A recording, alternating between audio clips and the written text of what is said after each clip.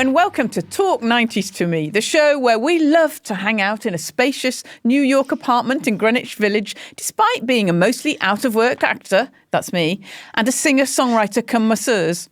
That's Gráinne. Could life be any more fun? Yes, today's episode is the one that discusses Friends. Oh. I'm Miranda Sawyer, and today I am thrilled to be talking to a woman who knows everything about celebrity culture, both then and now. A woman who, quite frankly, should not only be running her own casual yet welcoming coffee shop frequented by young people with better haircuts and personalities, but should be doing so whilst also starring in her own long-running sitcom. Yes. Welcome to Gráinne Maguire. I never thought life was going to be this way. Okay, Gráinne, we are here to talk about Friends. I have to say, we're here really for you to educate me about Friends, because I don't remember very much about Friends. It happened during the 90s. Yeah. I was out a lot of the time during the 90s and I didn't have a video recorder, so I missed quite a lot of it. You're going to educate me. When did you first come across Friends? It launched in 94. Yeah. Thursday, the 22nd of September. Can you remember that? Did you watch that one? Yeah, so I remember this. So in 94, so I was 14. So I was the perfect age for Friends. But I came from it from sort of an ambiguous starting point because I was obsessed with Cheers. I was obsessed with Cheers. I wanted to move to Boston and I wanted to be like best friends with Cliff and Norm. And when Friends came out first, it was very much advertised as the new Cheers, the new Cheers, the new Cheers. And I was like, well, let me see about that. So it was, I remember it was on Channel 4. I think it was like, could have been like the 6 or the 8 o'clock time slot, which used to be the old Cheers time slot. Oh, wow. So I really like stepping on your toes. Yes. And I was like, what is this? And then I remember when the first series of Friends, I went to an all-girls school and this was literally like our moon landing. It was all we talked about. And it was very like a specific type of girl who really loved Friends. In our school, it was like the sort of like the good girls and they all, got on with the teachers and, had long-term boyfriend. So I was a bit resistant because I was like, it's good, but it's no Cheers. So you were not part of this particular Initially, group? No. Right, okay. I held out, but it was a huge, big thing. And then it just became, you just watched Friends. So you came home from school and that's what you'd be watching? On Friday night. Okay, that's quite nice. It was Friday evening. The golden era of comedy. It was the 90s. It was Channel 4. It was school done for the week. It was perfect. When it first came out, it's quite interesting because I think this often happens it's really rare that a sitcom comes out and everyone goes, oh, that's amazing. But it's quite funny to look at the kind of initial reaction to it. So obviously there's 6 characters in there and I'm going to remember them all. Are you ready? Yeah. Okay, there's Rachel. There's Monica, there's Phoebe, and there's Chandler, Ross, and Joey. So they've all got distinct kind of characters, but they're positioned in a particular kind of place, which is essentially in a coffee shop in Greenwich Village, but also within kind of privileged New York, really. Yeah.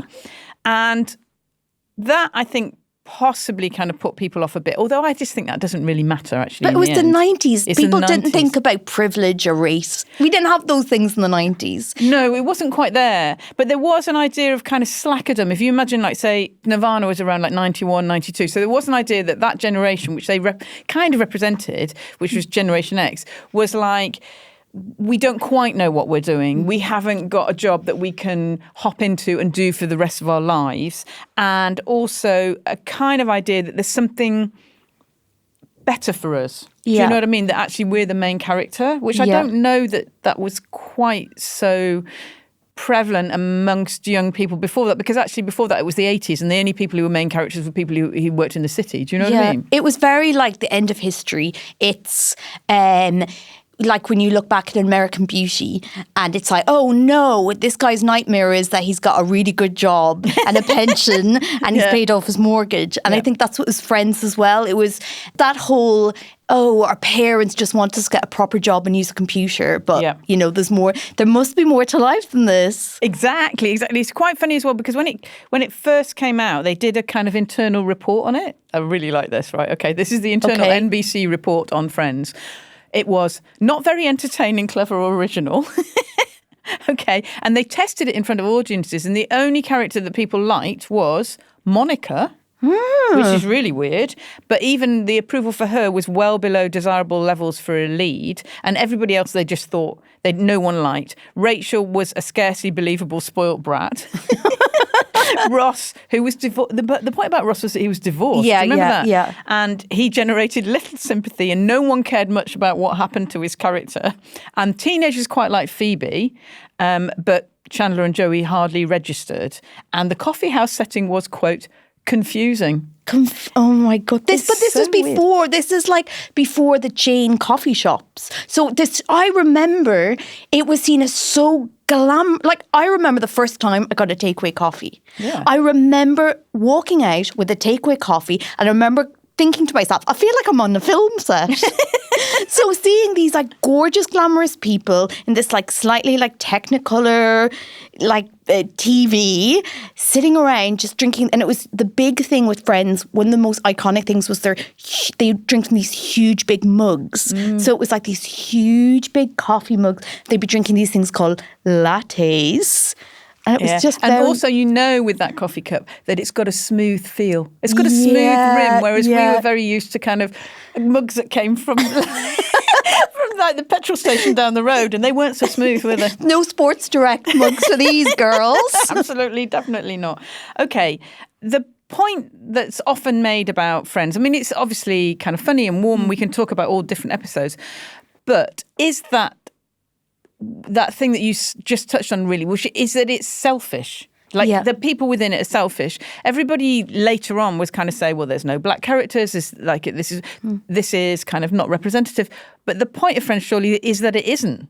That these are fairly privileged young white people who are lucky enough to be able to live in a fairly privileged environment. And that means that they can talk about all their neuroses because the rest of it actually is slightly sorted, really. But I don't think they weren't like Seinfeld where the joke was that they were selfish. I think looking back on it now, we can see they're selfish. And I think looking back now, we look back and go, they had no problems whatsoever. But I think at the time, it was just more like stunted adolescence and just aspiration that they were just able to it seemed like their job started at 12 o'clock. They just always was having breakfast at each other's flats. They were always just hanging out for coffee. So I think for me, it was that aspirational part of it rather than... and it's also that idea of stretching your teenagerdom right the way through your life. And actually, I would say, I mean, look at me, you know, like people who were in the 90s, that's what happened. You kind of were maybe given a hint that was possible, that you didn't have to adult. Yes. You know, even when you were an adult, you didn't have to do that boring idea of what an adult has, the suburban idea. Yeah, it was very sort of like urban, and as in like you live in a city, not that, you know, there's anybody non-white around you. And that you've got all the money is sort of no longer an issue. So it's like a rejection of the traditional, like having a family when you're 25, that sort of thing. And what do you do instead? Yeah. Okay, so it starts and it gets, you know, not very good reviews, but it's gradually people start really loving it. I mean, by the time we get to finale, I'm not even going to say like how many people watch it. It's just unbelievable. Who was the character that you liked the most? She's got an order. It's tricky because remember, this is a teenage girl watching it. I remember I found Monica really boring. I didn't like Monica whatsoever. She kind of reminded me of, you know, those girls at school who are like really good at hockey. I was like, ugh. Like a head girl type. Yeah. I thought she was really boring. What I wanted to be Rachel. Of course, but everybody didn't. No? I really wanted to be Rachel, but I knew all my friends would go, "You're such a Phoebe. You're such a Phoebe," and that used to drive me up the wall. It's because you're funny, though. I know, but in my head, it's like you don't want to be the quirky friend. I was like, I want to be the romantic lead. Yeah, definitely. I want to have that hair. Yeah. So I think Rachel was definitely my favourite because she was so glamorous. She was just so, it felt like effortlessly. Everybody loved her. She had amazing hair, amazing outfits. She was like able to be like selfish and a brat, but in a way that people still liked her. So I think definitely Rachel, and of the boys, Chandler were my favourite. So funny. See, Chandler just passed me by because I just looked at what he wore and I was like, I'm sorry. Because he worked in the city or something, didn't he? He had those terrible, those like enormously shouldered soft suits. Oh my God. Well, no. so the boys' outfits, it was either these weird like bowling shirts or it was these sleeveless vest tops they used to wear. It was very chic. She lied. Wasn't though. Okay, so you like Chandler. Chandler was like, he was a character that people really warmed to after a while, wasn't he? And it was because he was sarky. It's because he was written as if he was a gay man, but he was straight. Ah, that's great. Which is that's like the sweet spot for every teenage girl. Absolutely. I always think it's funny when people are like kind of, yeah, but you can't tell your audience that you're gay as a kind of gay man and your audience is young women. You're like, no, you really can. Yeah. We like you even more. You're ideal. Yeah, that's interesting. So he just had a kind of snide kind of put down. He was funny, he's attractive, and his whole thing was he was a loser, so he's really bad with girls. That was his whole shtick. Like, oh, I can't get a girlfriend, I'm really rubbish with girls. Which, of course, as a teenage girl watching it, you're like, oh my God, he is the dream boy. Because he's actually cute, but he doesn't know it. Oh, okay, so yeah. Remove your glasses. What about, I thought Ross was bad with women as well, though. So he was quite annoying, Ross, wasn't he? Ross was kind of quite drippy. His whole storyline was he had an ex-wife who was a lesbian. Okay. And for the 90s, to have like a gay character who you're supposed to like and not like laugh out of the punchline felt incredibly progressive. And we all felt very proud of ourselves that, his ex-wife was a lesbian and that's not a joke, and we're all very happy about that. Yeah. So you kind of felt sorry for Ross because his marriage broke up, but he immediately straight away was like in love with Rachel. So I think Chandler was kind of like cuter because he sort of floundered for longer, where Ross was very much like, his whole thing was that he wanted to be with Rachel. Okay, and Joey. So Joey, he was the only one I liked. I just really liked him because he was just, I suppose actually he was quite a stock character, wasn't he? Yeah. So like you knew who he was. Yeah. Like the other ones seemed a bit more subtle. Their characters, like if you just occasionally looked at it, which I did. Like Joey, he's like a standard sitcom character. He's like, how are you doing? I like the ladies like me and I like the ladies, but I've got no money and yet I'm a little bit dumb. Do you know what I mean? Like I get that character. It's very easy to understand, isn't it? Yeah, and he was very harmless. Yeah. There's no edge to him. When we think of like the lady's character, there's nothing like predatory or creepy about him. He seemed very sort of guileless, sweet. He loved women and he loved sandwiches. What's not to like? He loved women, sandwiches, and Chandler's best friend. And it was just, it was just... The only thing I did think was weird about him is obviously he's a mostly out of work actor, isn't he? Yeah. So Chandler must have been paying his rent, right? Listen, this is not a world. You don't think about money in this world. It all collapses. Don't do that. Because at a certain point, isn't Rachel just working at Central Perk? Oh, yeah, and living in this loft apartment in Greenwich Village, I think. Yeah, it's Greenwich Village. Yeah. Okay. Yeah, right. Okay. So I'm just going to read out to you. I was looking for like top 20 Friends episodes, which are the ones that people really like. I'm just going to read to you a summary of one of the episodes. Okay. And like, if you haven't watched it, you're like, what is going on? What is this? Okay. This is from season 5. It's episode 8. Friends, realises just how special its Thanksgiving episodes are. Okay, so good. Mm-hmm. All right, okay. Phoebe goes back. They think about their worst holiday experiences. Phoebe considers her past life in which she keeps losing arms. And Joey gets a turkey stuck on his head.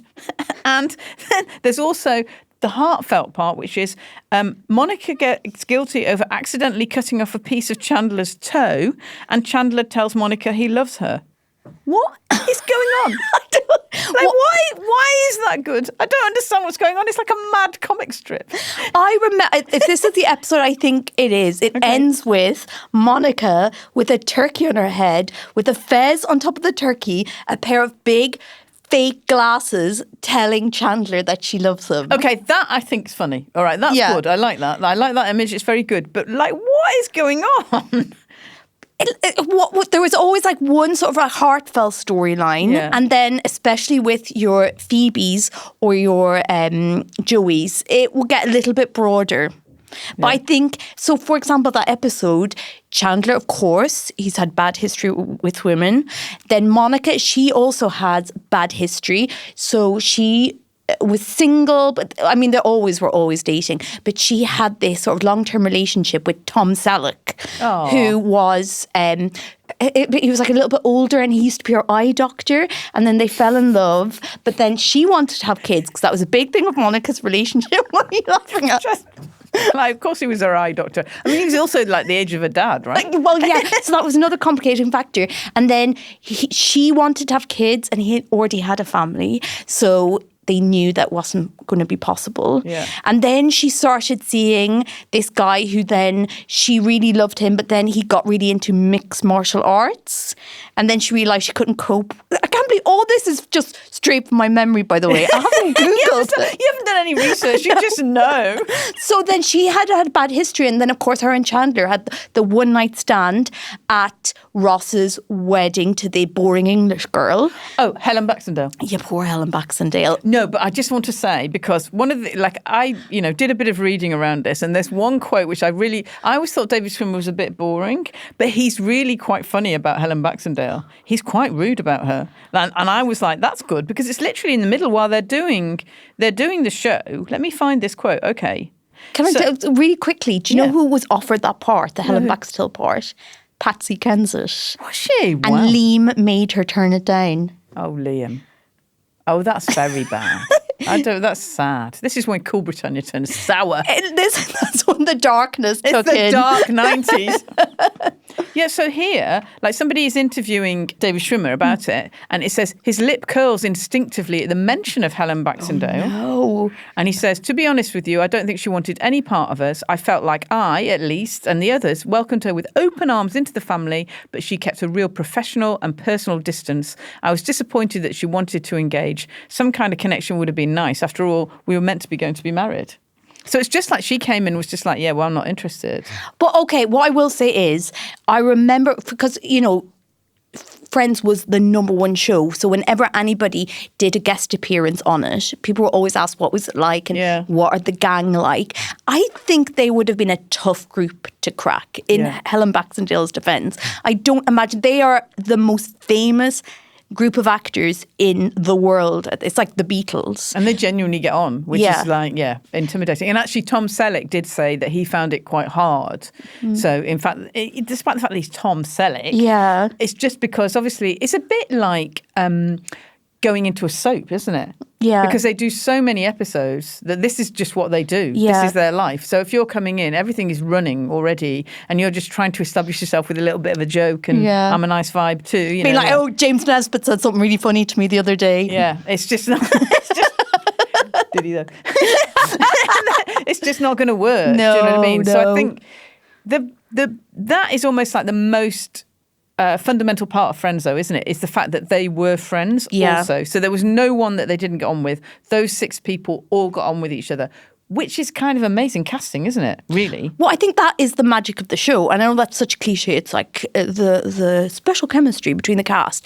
But I think there's so many of these bland Cheers/Seinfeld rehashes in the 90s. And there was something really magic about those 6 actors, and that I remember, during peak Friends, there would be like cast interviews, and it would be huge. It was so massive, and so much of the excitement was seeing the real friendship and pap shots of like Courtney Cox and Jennifer Aniston walking down the street, and it felt so aspirational.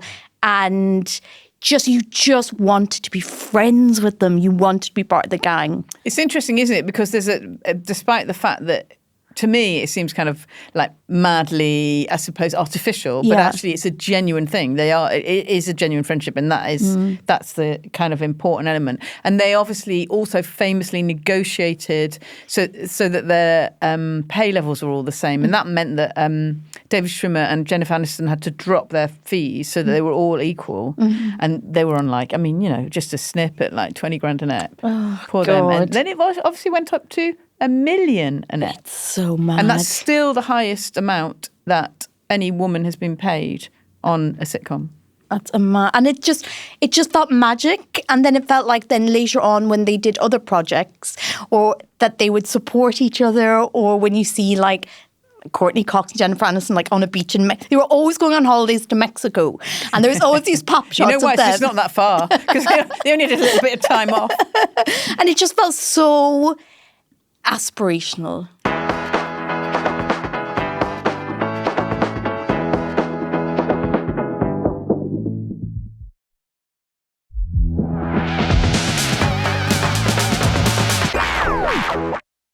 Let's talk about the looks as well, though, because obviously Rachel's hair was quite important. And honestly, I was researching Rachel's hair, as you have to.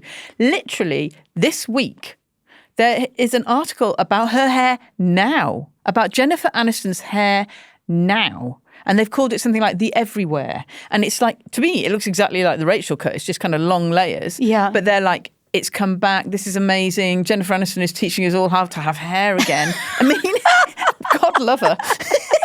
She's like 56 and it's still her hair. Yeah. But like the look of Rachel was very important, wasn't it? And it's funny, when you actually watch it, the iconic Rachel silhouette is only in like season 2 and 3, because I think I remember she interviewed, she said, because her hair is naturally wavy, that it took her actually ages to get that look. And then she became sick of being like synonymous with that silhouette. So she grew it out quite quickly.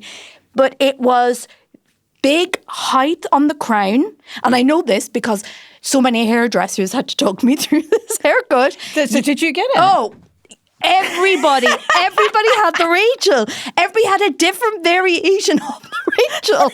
Apart from me, because I never watched the show. And my hair was too short. God, it was like, like the Chinese Revolutionary Army, where everybody has the exact same look. Strong look. Oh my God. It was so cute and so flashing. So you had big height on the crown, so you'd like backcomb it as much as possible, and then you had long layers around the face, and then you had to flick it out at the bottom. That's right, it flicked at the bottom, didn't it? Yeah. So would you use, I mean, I hate to be technical, Gráinne, would you use a round brush? You would need a round brush, a hairdryer, and a lot of hairspray. Okay, right. No mousse. No, mousse. Yeah, you're right. Sorry, mousse to put a bit of volume in. Maybe a brush to back home it a little bit. Yeah. Now, if you had a cool mother, you would also get your sun in for a few streaks around your face. Well, sun in, I'm very familiar with. So you if you could get the sun in as well, and then mousse, back home, roundy brush, flick at the bottom. Okay, you are good to go. And I've noticed, obviously, that you have dressed according to the 90s. And that is quite a Rachel look, right? Didn't she wear, like, little tops over a T-shirt? It was the white T-shirt and, like, a black slip top or a black slip dress, and then sneakers. Oh, yeah, I quite like that look. Yeah. That's so nice. Good. I remember reading, though, at the time, because obviously people were obsessed with the way that she looked, both on and off screen. And that she was always in kind of mags like, was Grazia around at that time? I think it's pre-Grazia, so it's like kind of more like Heat and things like that. Yeah. I think it's even pre-Heat. Pre-Heat. Yeah, so it's like just 17. That sort of stuff. She just seemed to be covered a lot, didn't she? Yeah. Anyway, I do remember that what was covered a lot was how she dressed off screen. Yeah. And how she dressed off screen was actually quite, I have to say, quite boring. Yeah. But it was just like a T-shirt and jeans, But what she said was that she got her, I remember thinking about this, she got her T-shirts tailored. And I was like, wow, that's quite a boring T-shirt. But she got it tailored so it looked like perfectly casual. Do you know what I mean? But the Rachel look, was very boring. It was very basic. It was very, and I don't mean this in a neggy way, it was very like non-threatening girlfriend. Yeah. And it just, I think that's, as a teenage girl, that's what made it so aspirational. Yeah. It's not sexual, is it? Not sexual at all, not threatening. She dressed like the sort of girl that boys would want to have as a girlfriend. Because you're pretty. She's just pretty and simple. So if you are like a teenage girl who feels most teenage girls feel insane and like can't let anybody find out my real personality. So it's like a cosplay. It's like you just dress as Rachel from Friends and people will think you're normal. So originally, Friends was going to be called Couples. You must have known this. So it was originally going to be called Couples. So I think that reminds me a little bit of a show that was, a long time before that called 30-something, which was like basically about kind of couples that were in their 30s and, all falling apart or coming or not. And you can kind of see that how it ends in the version of Friends. But the thing that I always found quite interesting as somebody who didn't really watch it was that the main storylines or the bits that people got really excited about was the will they, won't they. Mm-hmm. So that's almost why the two funniest characters, Joey and Phoebe, were kind of on the outside because they were not deemed to be couple worthy. Yeah. And there were the four people in the middle, and obviously like Monica and Ross can't get together because they are brother and sister. Yeah. So it's just those four that have to get together. Yeah. The Ross and Rachel dynamic, again, if you're thinking of the audience of like teenage girls, she was the popular girl and he was just love struck for her the whole time. So obviously that's like dream romantic scenario. And then it became like, are they going to get together? Are they going to get together? And then it's sort of like there was this dance of who then suddenly Rachel fancied him, but he had a girlfriend. So, and then when they finally did get together, it was who shot JR. Like it was so massive when they finally kissed. It was insane. It was huge. And then of course they did a very clever thing where there were problems because I think he at the time was like, oh, but she's only a waitress, and he iconically made a list of her pros and cons. Then she found the list. Then there was this huge big row, and then one of the most iconic phrases in TV history, "We were on a break," happened where I don't know whether he had sex or he kissed somebody else, I think Phoebe's friend, and he said they were on a break and she said they weren't on a break, they were like just in the middle of a row. So then they broke up, then they definitely were on a break, and then the rest of the series was them sort of like, were they getting back together briefly, kind of, like they got drunk and they got married in Las Vegas and she got pregnant and then they were kind of back together, and then in the last series ultimately. And doesn't she give up a really great job for him? Oh my God, it's so stupid. This is we can love things and acknowledge flaws. They have a child that they completely do not mention for like the last series. Ignore. Where is it? She's like, her big thing is that she is offered a job by Ralph Lauren in Paris, and it's like why she's offered this job by Ralph Lauren is never explained, or the fact that like she's like, sorry Ross, so yeah, I'm going to move to Paris for my dream job, and he's like, oh yeah, I guess so, and it's like, but you have a child together, like, are you taking the kid to Paris? When are you going to see your kid? Yeah, it's not even mentioned. It's not. It's not. Yeah. So, but that is like she gives up her job in Paris to get back together with Ross.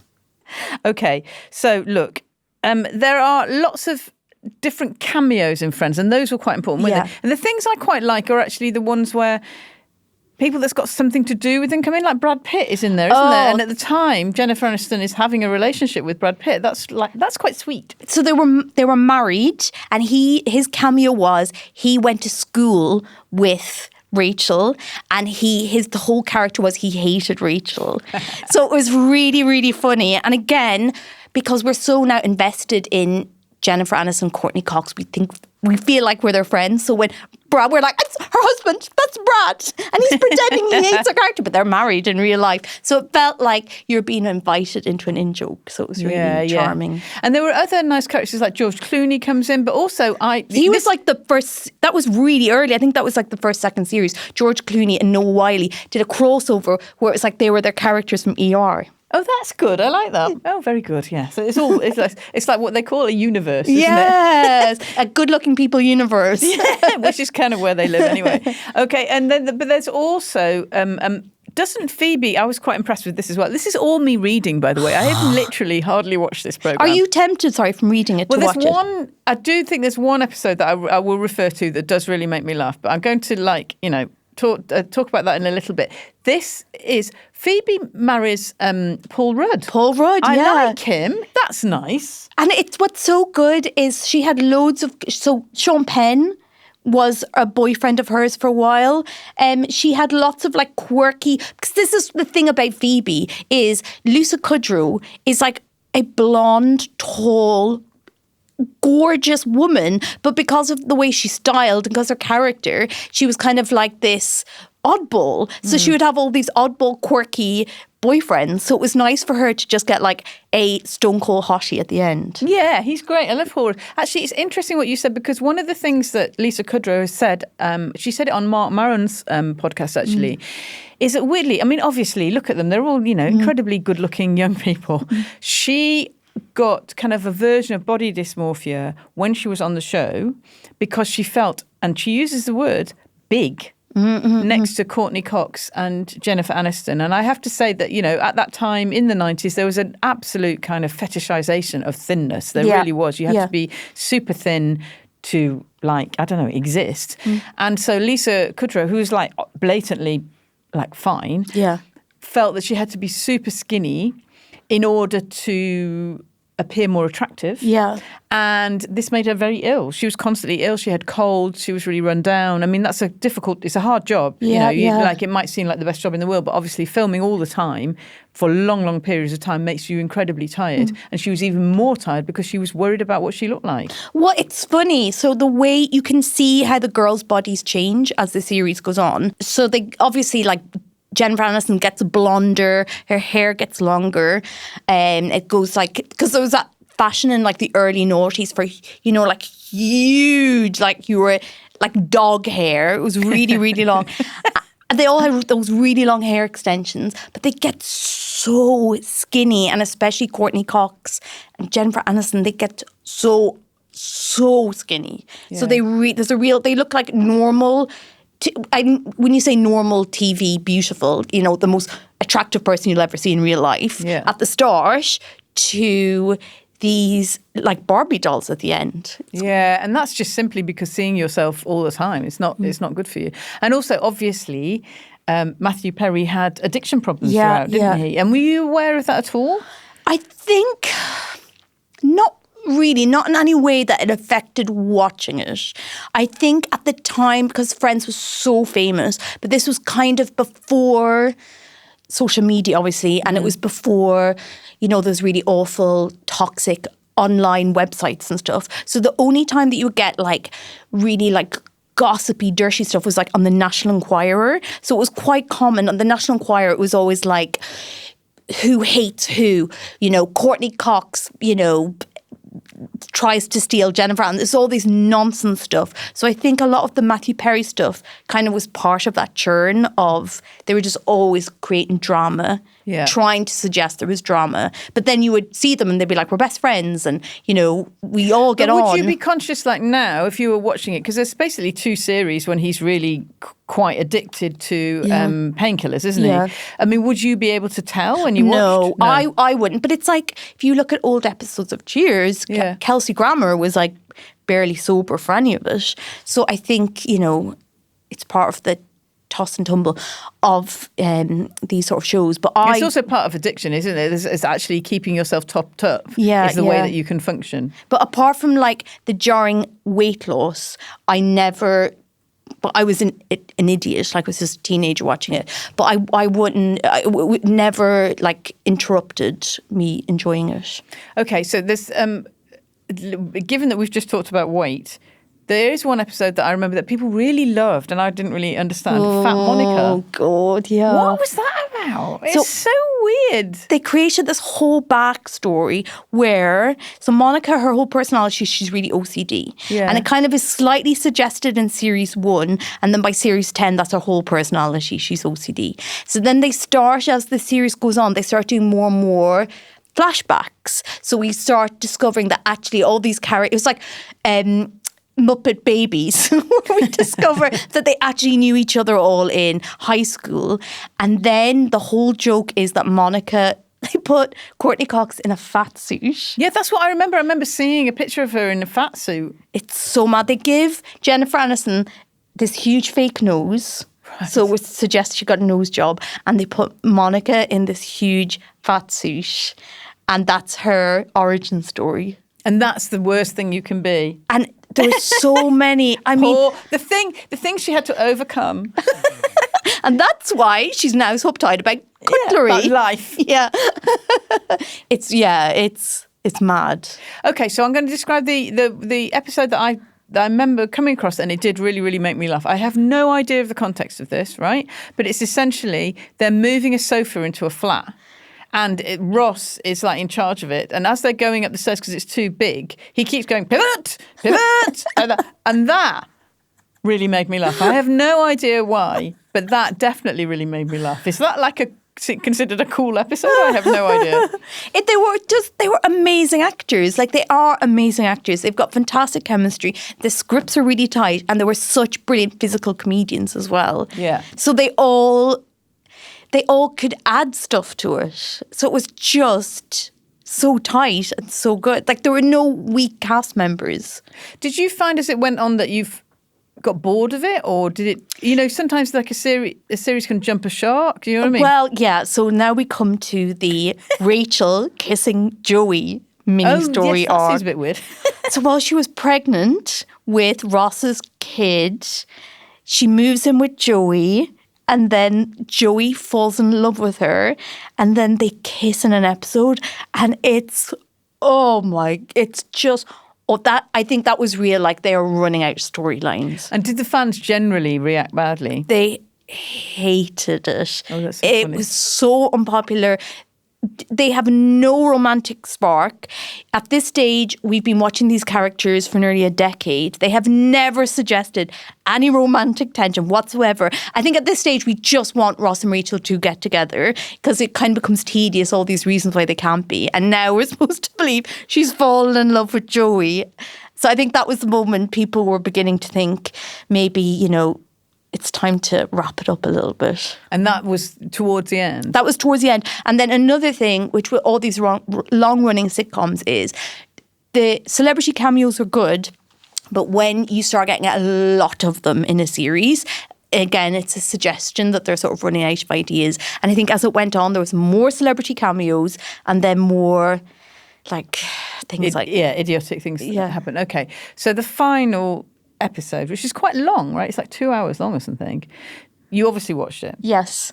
You think good or bad? Perfect. I think it's so good because it's so hard to stick the landing. It's so hard to have like a resolution, but also make it funny, to make it feel satisfying. And because we knew these actors in real life really, really loved each other. And we were like, oh, how's Jennifer Aniston going to cope? She's the most emotional one. So you're I remember in that episode, really looking to see cracks of what's the character. Is this the character sad or the actor sad? Because also it's filmed in front of a live audience, isn't it? Yeah. So I'm sure there will be moments where they would feel like, because it's so much more heightened if you're in front of a live audience, you're much more likely to laugh or cry or just corpses anyway. So it did feel really, especially the last scene, it felt really, really emotional. Especially Jennifer Aniston. She really looked like she was like really, really feeling the history of it all. Oh.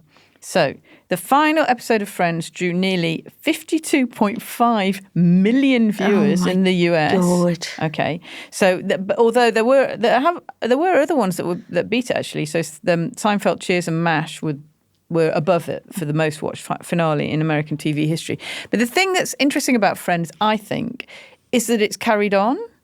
I mean, if you're in Friends or you were in Friends, they get unbelievable residuals. I mean, it's only like they get something like 2% of the profit as it is shown all around the world, and they're still getting like 10 million a year. It's so successful. It's really hard to kind of get to grips with.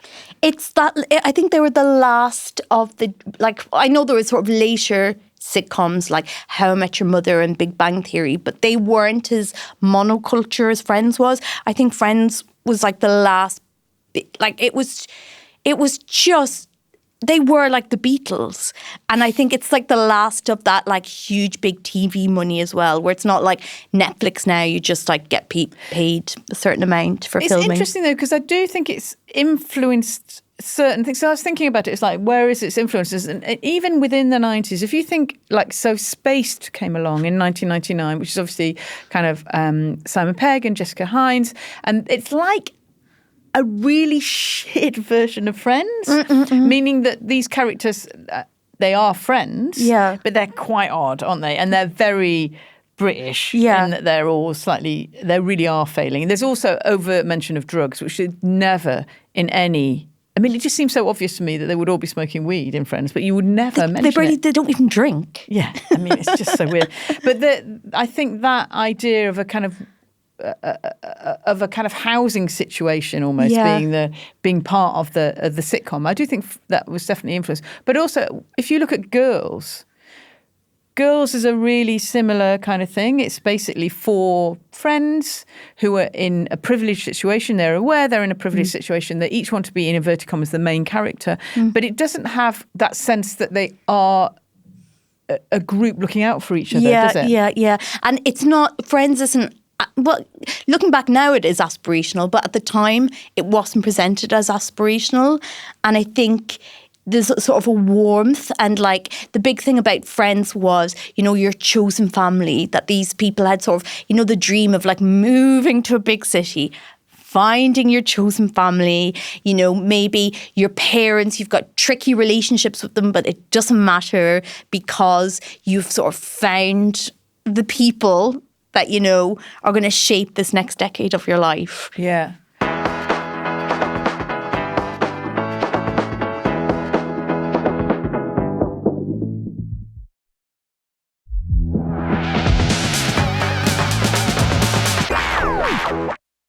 So, Gráinne, do you know how people view Friends now? So I know a lot of people watch it now and find it like certain elements of it very problematic. And what would they be? So there's a lot of like homophobic jokes, because the whole thing about Chandler and Joey being best friends, and it's a whole like joke about, oh, well, God forbid anybody thinks we're gay.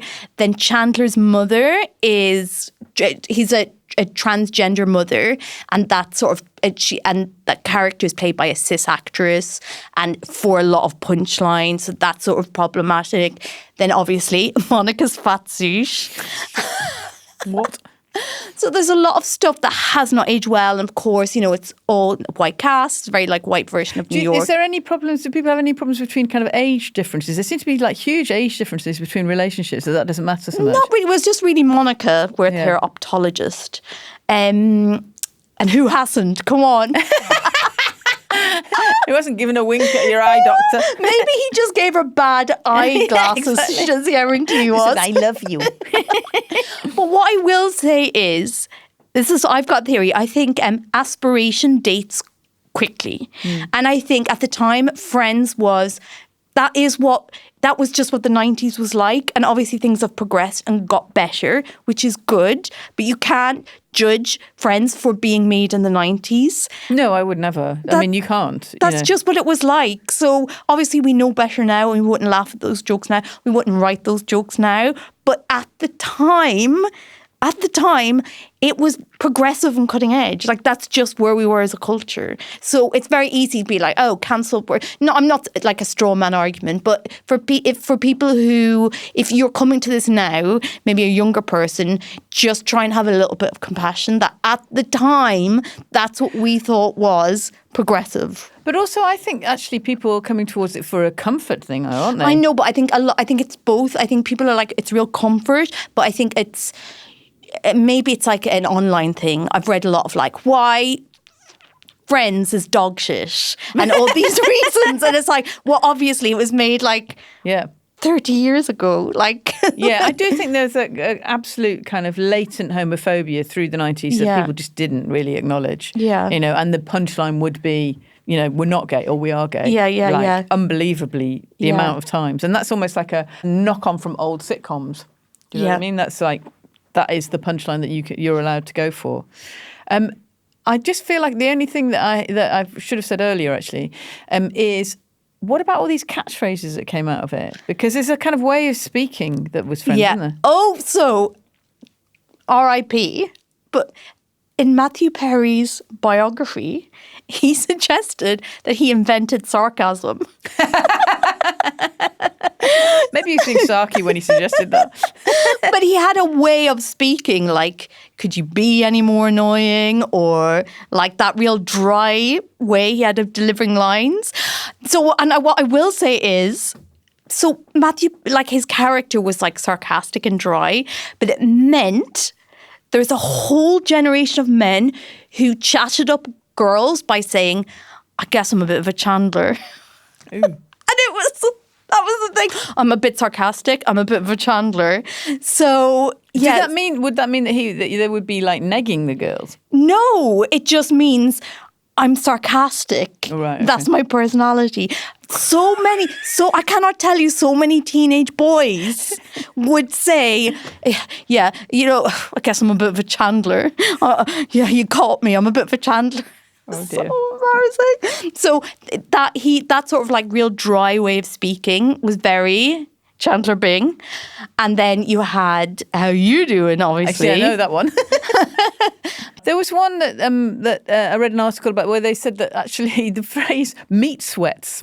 Do you remember, like, if you get a meat sweat, I know what a meat sweat is, and that actually came out from Joey. And then at one time he was wearing no underpants and he said he was going commando. Oh, yes. And I think that was the start of that iconic phrase. Oh, my, thank God for Friends. They invented the word commando. However did we survive without them?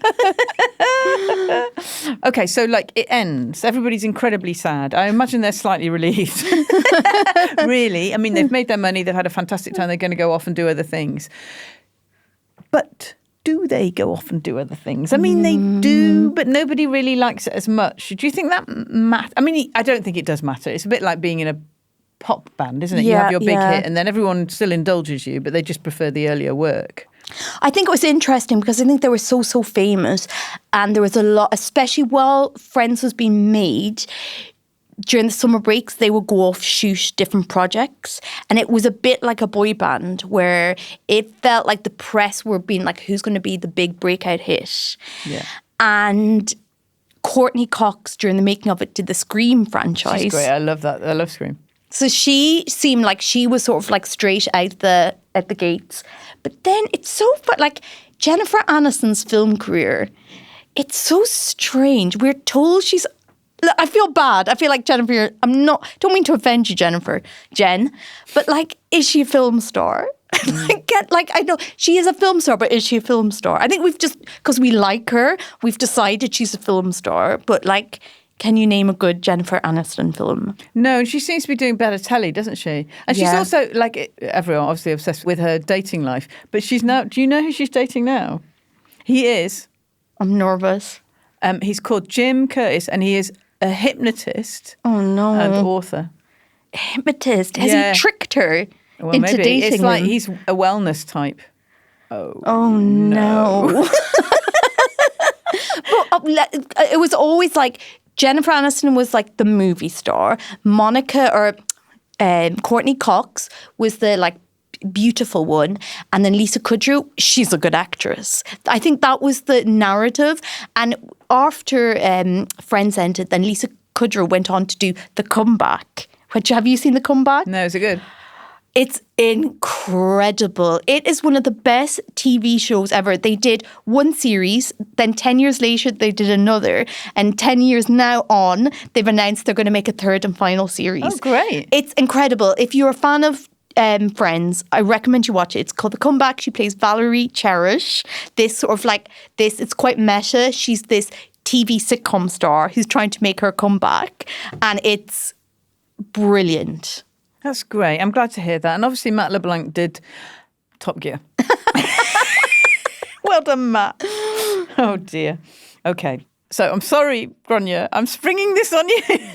But look, talk 90s to me, because we are so 90s. We've got a rolling 90s mixtape. So it's basically like a Spotify playlist. Oh, God. And we add to it every week. It's called Talk 90s to me. Of course it is. Is there a 90s track that you would like to add to it? Yes. What is it? I would like Ash, Yay. Girl from Mars. Oh, so great. I would like to, that's very good. So when I was writing my book about 90s music, which is called Uncommon People, Britpop and Beyond, in 20 songs, I spoke to Gráinne about Ash quite a lot, didn't I? Yeah, we had lovely chats on the tube. We did. About Tim Wheeler's hair. It was mostly about his hair.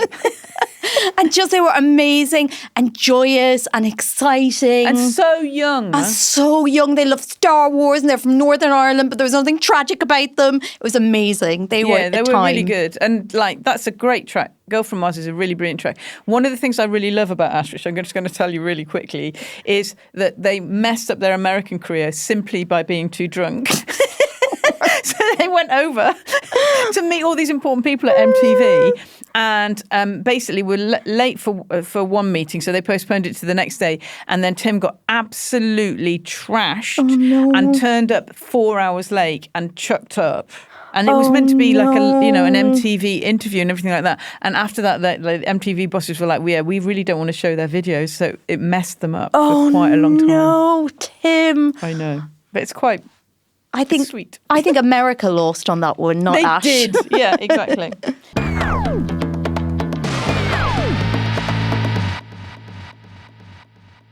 That was Talk 90s to me, featuring the fantastic Gráinne Maguire, whose podcast with Chantal Fiducian and Pape, The Way They Were, is completely brilliant and has, I assume, already featured Jen and Brad. We would never let you down. If you want more 90s nonsense, I have a book called Uncommon People, Britpop and Beyond in 20 songs. So why not check that out? Don't forget to follow us on Instagram and Blue Sky, and also follow the podcast so you never miss an episode. See you next time.